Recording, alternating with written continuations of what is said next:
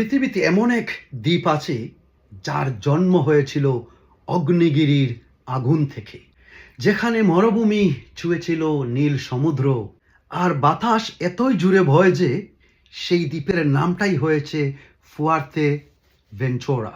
এই দ্বীপ শুধু ইতিহাসই নয়, এইটা প্রাকৃতির এক জীবন্ত স্মৃতি, যেখানে আগুন, বাতাস আর মানুষ মিলে আছে একই গল্পে। আর এই দ্বীপের ইতিহাস পড়ে নিজেকে আর ধরে রাখতে পারলাম না, নিজে স্বয়ংই চলে গেলাম সেই দ্বীপ এবং সেই অগ্নিগিরি দেখার জন্য।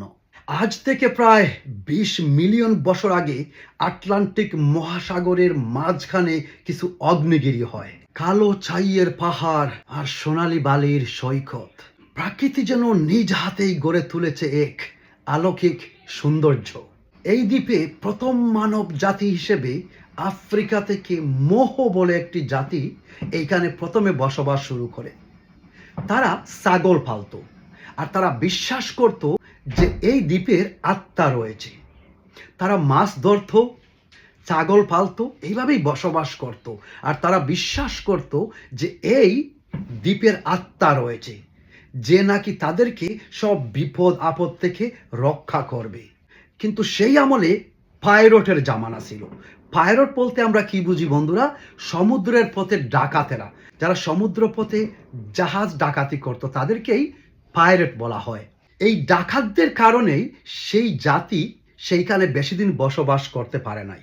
আর 1802 সালে জন দে বেথেনকোর্ট, তখন একজন স্প্যানিশ দেশের রাজা ছিলেন, তিনি এই আইল্যান্ড স্পেন দেশের আন্ডারে নিয়ে নেন।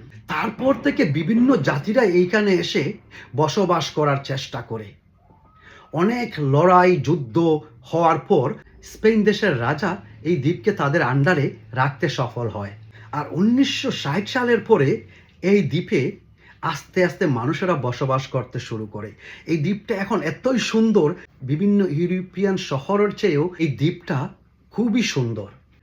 আর যেহেতু এই দ্বীপটি স্পেন একটা ইউরোপিয়ান দেশের আন্ডারে আসে, বিভিন্ন দেশ থেকে ইল্লিগেলভাবে মানুষরা এই দ্বীপে ঢোকার চেষ্টা করে। তাদের মনোভাবনা এইটাই, যদি কোনো একভাবে তারা দ্বীপে সমুদ্রপথে ঢুকে যেতে পারে, তাহলেই তারা ইউরোপিয়ান কোনো এক দেশে গিয়ে সেটেল হয়ে যাবে।